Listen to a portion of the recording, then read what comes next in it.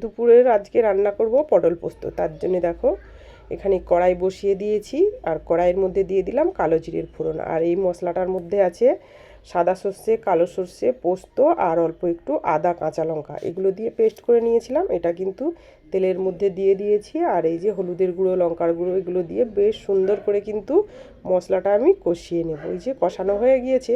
আর এই যে পটলটা আগে থেকেই নুন দিয়ে ভাজা করে রেখেছিলাম, আর এইভাবেই কিন্তু গোটা গোটা পটল নিয়েছি। আর পটলটা জানো তো বেশ মানে ভালো করেই ভেজে নিতে হবে, তাহলে ভালো লাগবে খেতে। তো পটলও দিয়ে দিলাম মশলার মধ্যে, আর ওপর দিয়ে কয়েকটা কাঁচা লঙ্কাও দিয়ে দিলাম। আর যতটা মানে গ্রেভি লাগবে, এটা তো একটু পোস্ত মানে শুকনো শুকনোই থাকে, তো সেই হিসাবেই আমি এই যে এখানে জলটাও দিয়ে দিলাম, দিয়ে ঢাকা দিয়ে দিয়েছি। আর এখানে কিন্তু সজনে ডাঁটার সবজিও রান্না হয়েছে, সজনে ডাঁটা, বেগুন, বড়ি টড়ি দিয়ে। যাই হোক, আর এই যে পটল পোস্তটা কিন্তু আমার রেডি হয়ে গেছে। আর পোস্ত মনেই তো একটু কাঁচা সর্ষের তেল লাগে, তাই না? তো এটাও কিন্তু ওপর দিয়ে দিলাম। দেখো দেখতে কিন্তু দারুণ হয়েছে, এটা খেতেও কিন্তু বেশ ভালো।